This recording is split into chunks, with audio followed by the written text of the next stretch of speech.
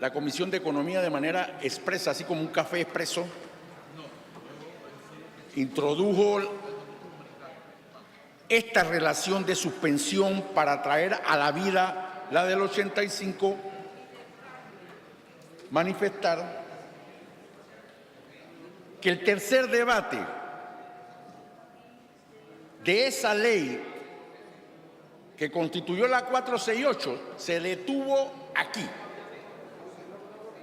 por espacio de 4 horas, en donde advertimos de manera precisa un grupo de diputados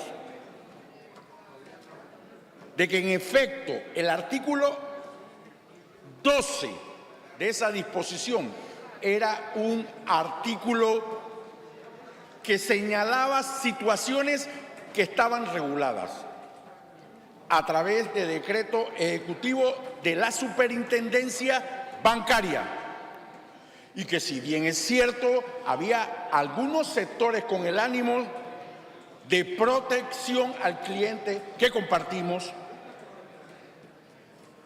era específicamente necesario suspender el debate, si fuese necesario suspender ese debate a finales de abril de este año, llamar aquí a los agentes bancarios, no solamente públicos, el Banco Nacional y la Caja de Ahorro, y fundamentalmente al licenciado Carlos Alfredo Berguido, que creo que le llamamos, no recuerdo ese día, desde el tercer debate, y a quienes hoy nos acompañan en la cortesía de sala. ¿Por qué? Porque el Banco Nacional y la Caja de Ahorro nos había testimoniado sobre la capacidad que tenían ellos dentro de sus reservas para afrontar el problema que significaba el hoy asumir una conducta distinta, diligente, social, sin el bono solidario, en un mercado que se transformaba, como lo hacía la 468, que la dividía por áreas, que establecía tasas de referencia por áreas y demás. Pero aquí, los primeros que se opusieron a que eso se diese fueron los que regentan la Comisión de Economía. Y aquí el ministro Jované, que no está aquí el día de hoy, lo veía yo junto a usted, señor viceministro, y al ministro Jované. Realmente no le conozco porque no he hablado con él. Veía la impotencia que el ministro tenía para hacer ver que había que evitar lo que algunos señalaban que pudiese ser una excusa de los bancos privados de no entrar en la realidad de los intereses preferenciales, porque a ellos no les interesaba. Esa era una excusa, decían. Yo vi al ministro Jované incapacitado de poder dar, junto a la presidencia de la Asamblea, un corte, porque decíamos, esto lo va a vetar el señor presidente de la República. Lo va a vetar porque aquí es casi que hay una doble legislación. Lo que está en el decreto ejecutivo de la Superintendencia manejando la protección del cliente con el banco pasado los 10 años, fundamentalmente 8 o 10 años, no recuerdo. Y aquí se votó con 2 votos en contra, Marco Castillero y mi persona, advirtiendo la posibilidad de que fuese vetado. Sin embargo, pasó el filtro diligente y expedito como el café expreso de la Comisión de Economía del día de hoy, o de ayer en la tarde, no recuerdo, y lo sancionaron. ¿A quiénes hacemos realmente el daño? ¿A quiénes se lo hacemos? Cuando usted va a las provincias centrales, donde hemos estado en los últimos tiempos, no en la comarca ni en Bocas del Toro, sino en las provincias centrales, allá donde no hay agua, producto de la inescrupulosa acción del Ministerio de Ambiente y de Salud, que no sanciona y no cierra a los depredadores porcinocultores y de cañera con la sustancia química esa que ponen, la atracina. Allá nadie pone un bloque, ni nadie dinamiza el sector de desarrollo de viviendas preferenciales, y la escalada es como todos las conocemos. El municipio hasta el chichero. Le quiero hacer una pregunta al viceministro del MIBI, Fernando Méndez. Señor presidente. Presidente.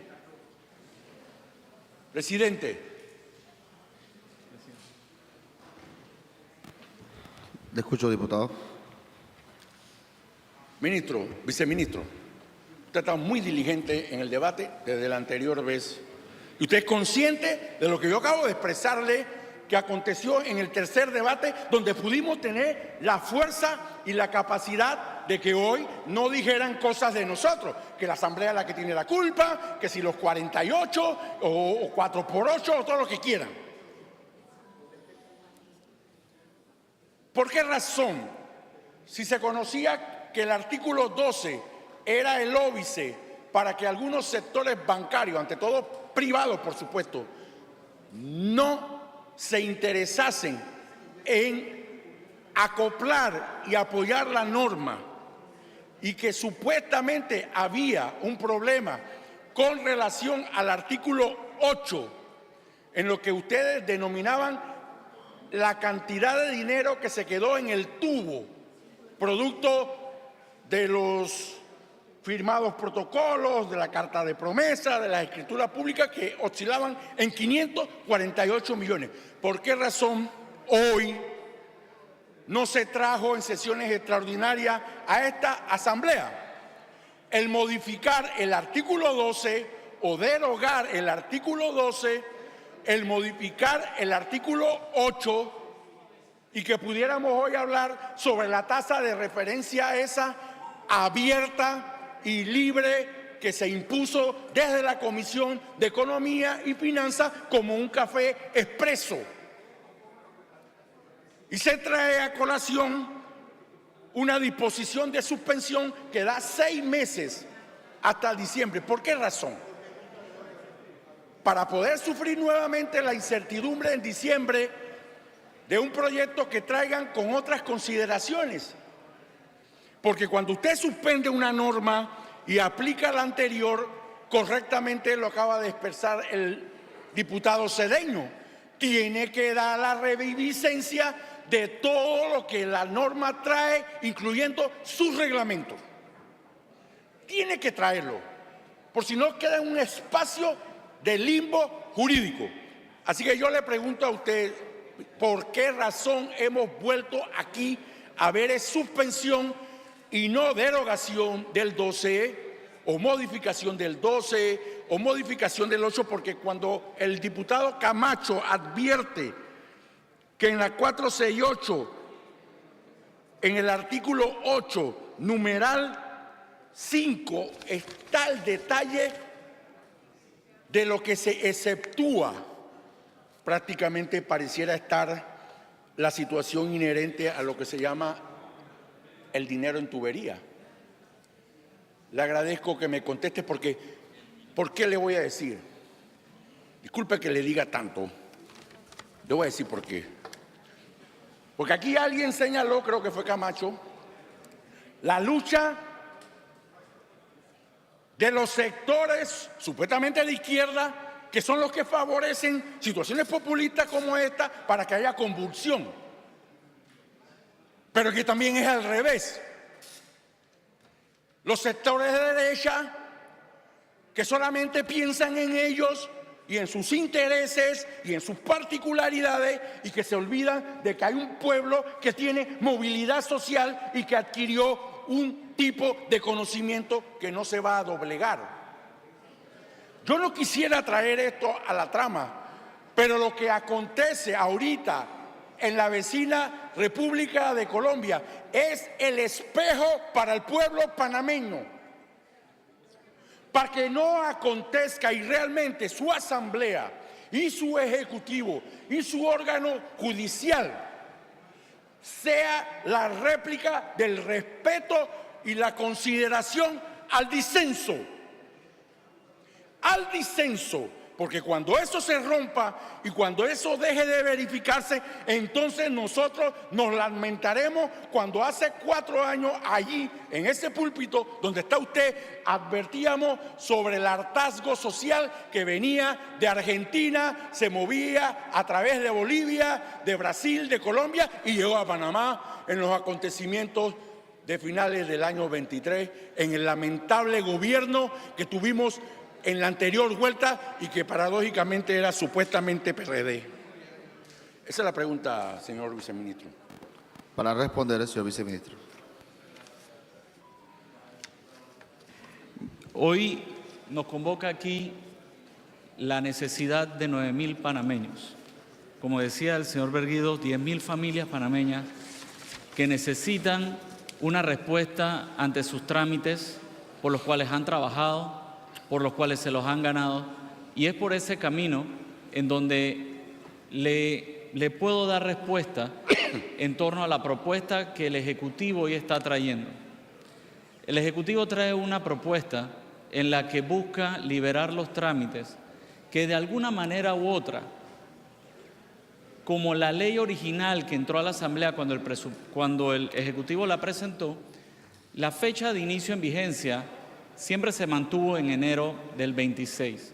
A medida de los cambios, a través de los diferentes debates, primero, segundo, la ley fue sufriendo modificaciones, como en todo debate. Hoy día, la propuesta que traemos es una propuesta que busca rescatar los trámites que teníamos en curso, que se tienen en curso, que están en registro, que están en escritura, y poder darle respuesta a muchas familias panameñas que en estos momentos están a la expectativa, dado de que los mismos se detuvieron. El objeto de esta ley no solamente para allí, la misma también busca extender que los permisos de ocupación obtenidos no sean al 1 de agosto, sino hasta el 31 de diciembre. Y de igual manera la exoneración de ese traspaso del 2%, que también es una ayuda que se brinda, extenderla hasta el 31 de diciembre. La urgencia que hay con estos trámites es vital y es por eso que hoy venimos aquí abogando con esta propuesta, poder rescatar de manera eficiente todos los trámites que están en la tubería, como bien usted señala. Gracias, viceministro. Yo estoy de acuerdo con usted, con lo que usted acaba de esbozar. Pero yo le hice una pregunta. Lo que tenía que venir aquí era una modificación al artículo 12, ese artículo 12 que causó algún grado de incomodidad en algunos sectores, ante todo bancarios, estipulando inicialmente la dualidad de legislación, toda vez que la Superintendencia de Banco tiene una legislación al respecto y que se estaba sobreregulando, y sobre el artículo 8 que de alguna manera impactaba sobre las vigencias y lo que usted acaba de señalar. Porque el diputado Camacho dijo, el artículo 8, y coincido con él, numeral 5, habla exactamente, señor viceministro y colega, de quienes quedan expresamente excluidos del régimen de préstamos hipotecarios preferenciales regulados por esta ley, y prácticamente vendrían siendo esos los del tubo. Ese numeral está mal redactado y pudo haber sido que en el debate anterior faltó debate, porque si en el debate anterior hubiésemos considerado lo que usted acaba de señalar con los permisos otorgados y lo que es el bien inmueble, el impuesto hasta diciembre, no se podía incorporar porque se lo señalamos en el debate. ¿Por qué razón obedece a una especie de falta de planificación general. Porque yo entiendo que cuando ustedes abolieron el bono solidario, instalaron una mesa con todos los sectores y estuvieron conversando por especie de más de 4 o 5 meses, y fue esta asamblea la que reclamó que el Ejecutivo presentase el proyecto a través del Consejo Ejecutivo. Ahora resulta que nosotros nos equivocamos. Nosotros no nos equivocamos. Lo que se equivocó fue el planteamiento que se trajo aquí y el debate que deben tener las respectivas comisiones, sin que sean café expreso para darle la cara a alguien y que los inviten a almorzar. Porque esta asamblea no está para invitar a nadie a almorzar, para darle la gracia de las disposiciones. Porque eso que ha pasado de un mes, de abril de este año hasta la fecha, hay sectores urbanísticos que quieren es suicidarse y colgarse porque ya no aguantan más. Entonces le pregunto nuevamente, ¿pudo traerse a esta sala la modificación del 12 o la derogación del 12, la revisión del 8 en su numeral 5, tal y como ahí lo dispuso Camacho, o más abierto, y también la revisión de lo que usted acaba de decir, para que hiciéramos una legislación conforme a la 468 que establecía regiones, que daba una tasa diferente, y que hoy lo que pudiéramos estar advirtiendo era ver que la tasa de referencia no fuera abierta? ¿Y cuál era la conveniencia de que fuera abierta? ¿Y qué significaba que fuera abierta? Esa es la pregunta, viceministro, porque nosotros vamos a apoyar el proyecto, porque es que si ya no lo hacemos, es como quitarle el respirador a una persona que necesita oxígeno por encima de 90%, y que se lo da el respirador. Porque así es que está el sector de desarrollo económico constructivo de este país. Y todos estos días y todos estos meses con el ánimo de subir y tomarse una foto allá arriba con una ley que tienen que devolver para ni siquiera normarla como es debido, sino para decir que la vamos a suspender, y en enero nuevamente va a venir el mismo viacrucis. Es como una especie de sueño de terror. Sueño de terror. Llegué a la casa, pero el fantasma está en la casa. Llegué a la casa, pero el fantasma está en la casa, señor viceministro. Le pregunto, ¿pudo haberse hecho así? Y con eso yo concluiría. Porque si es el voto lo que requiere, nosotros se lo vamos a dar. Porque es responsable que lo hagamos por los sectores urbanísticos, por los promotores, por los municipios, por los chicheros, por los obreros de la construcción y por una economía que está más estancada que un tanque. Que un tanque, en realidad. Gracias, honorable. Bien, toda ley involucra un espectro de aplicación e impacta a diferentes sectores de la sociedad. Toda ley puede tener oportunidades de mejora, toda ley puede tener diferentes escenarios. Sin embargo, la propuesta que traemos hoy son las propuestas que el Ejecutivo ha visualizado, que son modificaciones vitales para poder destrabar e incentivar ese sector económico. Ese sector económico que involucra 9.000 a 10.000 familias, como bien indicaba el licenciado Berguido, y esas 10.000 familias involucran préstamos por montos muy importantes, préstamos más de 740 millones de balboas. Esto impacta directamente a la economía. El poder nosotros liberar este segundo semestre a través de los mecanismos que estamos presentando permite crear y generar proyectos, o poder generar una continuidad en los proyectos de construcción que se venían realizando, al poder extender el tiempo del permiso de ocupación. Es por eso que el Ejecutivo lo que trae en el día de hoy, y trajimos en el día de ayer y se debatió, es una propuesta en la que busca generar una continuidad de los trámites, se libere la tubería y los mismos sean ejecutables en el menor tiempo posible. Gracias, viceministro. Yo quisiera solicitar la palabra al licenciado Carlos Alfredo Berguido, al amigo presidente ejecutivo de la Asociación Bancaria. Dos preguntas. Para responder, licenciado, por favor. La primera, licenciado Berguido, ¿qué consideración tenían ustedes sobre el numeral 5 del artículo 8 de la ley 468? Y segundo, ¿por qué en primer debate de la 468 se fijó una tasa de referencia libre y abierta?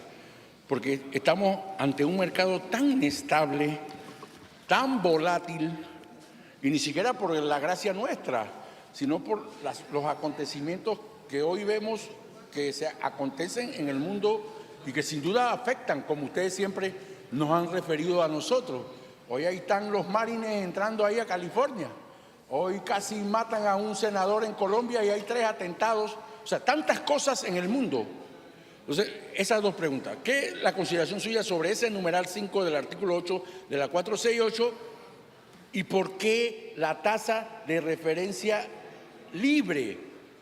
Y si a partir de enero pudiéramos realmente conversar con ustedes y poder determinar alguna acción que provocó la creación esa del artículo 12, que nosotros no votamos a favor, y que era una forma de decirle a los bancos: ve acá, tú tienes un cliente pobre que tiene un subsidio que se le aplica una tasa y después de tanto tiempo tú le dices: no, ya no va a ser esta, sino va a ser 3% más, con pocas consideraciones.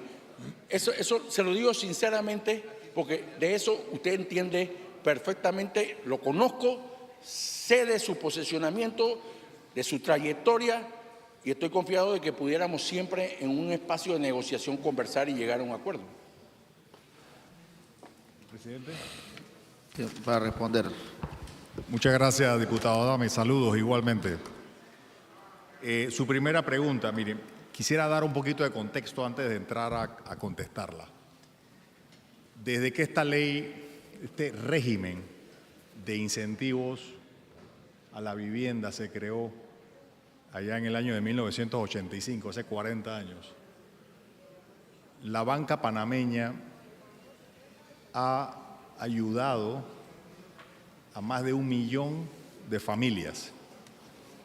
Si hay una ley de subsidio que ha sido pilar del sostenimiento y del crecimiento de la clase media en este país y de ayudar a la convivencia pacífica, a la paz social, es esta. Esta es una ley que ha realmente ayudado a la gente. En 40 años, aproximadamente 1 millón o más, y esa cifra me comprometo a hacer la investigación exacta, pero estadísticamente deben ser como 1 millón o más familias que han recibido préstamos con la ayuda del Estado a través del sistema bancario por medio del programa este. Así que eso lo digo en contexto para dejar claramente que los bancos sí están interesados en ayudar y seguir participando del sistema. Lo que pasa es que hay condiciones que han ido empeorando ese interés de poder, o la capacidad, digamos, la capacidad de seguir apoyando. Ahora mismo, con la promulgación de la ley 468, estamos en una situación en que, producto de ese artículo que usted menciona, el numeral 5 del artículo 8, que dice que se siguen aplicando los incentivos a los préstamos en trámite que hayan sido registrados a la promulgación de la ley. ¿Qué pasa? La promulgación de la ley fue el 24 de abril. 24 de abril, si no me equivoco, ¿verdad? 24 de abril. En esa fecha había ¿cuántas es la cifra? Son casi 10.000 trámites que no se habían registrado todavía en el registro público, sino que están en proceso de llevarse a escritura. Como todos, bueno, por lo menos los que somos abogados, comprendemos que la culminación de un trámite de préstamo ocurre o se perfecciona en ese momento en que el préstamo y la hipoteca se registran en el registro público y se entrega la casa y la llave. Ese es el final. Entonces, mientras eso no haya ocurrido, el préstamo está en trámite. Entonces, ¿qué pasa? Que la ley está cuando se le cambió la fecha de entrada en vigor, producto de los diferentes debates que se dieron aquí, estoy seguro que en la mejor fe, en la mejor voluntad posible. Todos los que estamos aquí somos panameños que queremos el bienestar y nadie está señalando culpables aquí. Ciertamente no nosotros en la asociación bancaria. Entonces, cuando se cambia la fecha de entrada en vigor y se dice que el régimen anterior, el régimen de la Ley 3 del 85, aplica a los préstamos en trámite que hayan sido registrados en el registro público a la fecha de promulgación, ¿qué pasa? Faltan todavía 8 años. 8 meses para que concluyan los trámites y entonces hay esa situación, esas 10.000 trámites más o menos que suman aproximadamente 740 millones de dólares que están distribuidos en todo el país, capital, Panamá Oeste, interior de la República, en todas las provincias de Panamá hay trámites. Entonces, entender eso, ese artículo, que estoy seguro, repito, redactado de la mejor fe posible, al moverse la fecha de entrada en vigor, deja todos esos trámites en el aire. Entendido. Entonces, segunda pregunta, es lo del tema de La tasa la tasa. Bien. abierta. A nosotros se nos invitó a opinar como asociación bancaria, a dar recomendaciones de cómo hacer que la banca privada volviera a participar con mayor ímpetu dentro del sistema de préstamos preferenciales. Debo dejar constancia, antes de seguir adelante, que tanto el Banco Nacional como la Caja de Ahorros son miembros honorables, queridos y respetados de nuestra asociación también. No por ser parte del Estado, no son parte de nuestra asociación, también lo son. Pero obedecen quizás a otro tipo de imperativos, son parte del engranaje del Estado, por alguna razón, pues su ley, su razón de ser, tiene un carácter más social y que responde en mayor medida a las prioridades del Estado, del gobierno, según el órgano ejecutivo y los órganos del Estado. Entonces, ¿qué pasa? Cuando se nos pregunta qué cosas se pueden hacer para que la banca privada, que tiene que responder a sus accionistas, tiene que responder a sus acreedores, tiene que responder a una serie de personas, le decimos, hoy en día hay muchos bancos, la mayoría, para ser honestos, cuyo costo de fondos, la tasa de interés que pagan por los depósitos y por los préstamos, es tan alta que la tasa de referencia se convierte en un techo artificialmente bajo. Es una tasa fija, la tasa de referencia es como un techo muy bajo para costos demasiado altos. ¿Por qué la tasa de referencia está en una situación que se ha vuelto un impedimento? Porque refleja costos de operación, costos financieros propios de la banca estatal. Que la banca estatal, al ser depositaria de los fondos del Estado, usualmente tiene la posibilidad de pagar intereses más bajos que la banca privada. Entonces, en este momento especial de la historia, en que las tasas de interés están subiendo de modo vertiginoso, producto de las decisiones políticas que se han tomado en los Estados Unidos para el control de la inflación a partir de los últimos 3 años, los costos financieros han subido a tal punto que se han chocado con la tasa de referencia y eso ha evitado que la banca privada participe, simplemente porque resulta una actividad... Me anota para la segunda vuelta, licenciado presidente. Gracias por su observación, distinguido con mucho gusto. licenciado banquero. Con mucho gusto.